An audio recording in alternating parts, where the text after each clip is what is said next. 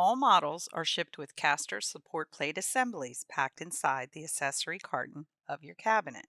Each caster support plate assembly is made of heavy gauge steel with casters permanently attached to it for maximum sturdiness. The plate has a series of holes that will allow you to fasten the plate assembly to the bottom of the cabinet. Place wooden blocks behind the cabinet and carefully tilt the cabinet back using the wood blocks to help hold the cabinet in its tilted position. Hold one of the caster support plate assemblies under the cabinet. Position it so the holes at the end of the plate line up with the threaded inserts in the bottom of the cabinet.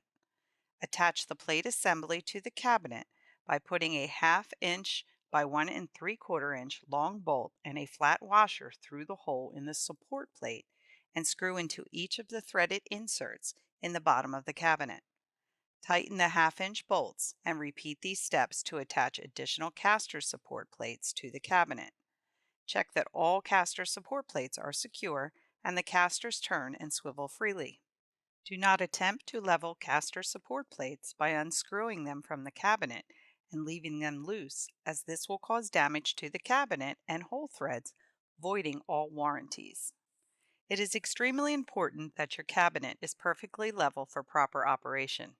If it is not level, it may cause an excessive amount of ice or condensation that will accumulate on the inside of the cabinet.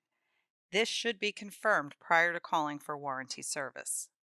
When considering a Continental refrigerator unit, please contact the factory or visit our website at www.continentalrefrigerator.com for current product information, as our product specifications are subject to change without notice.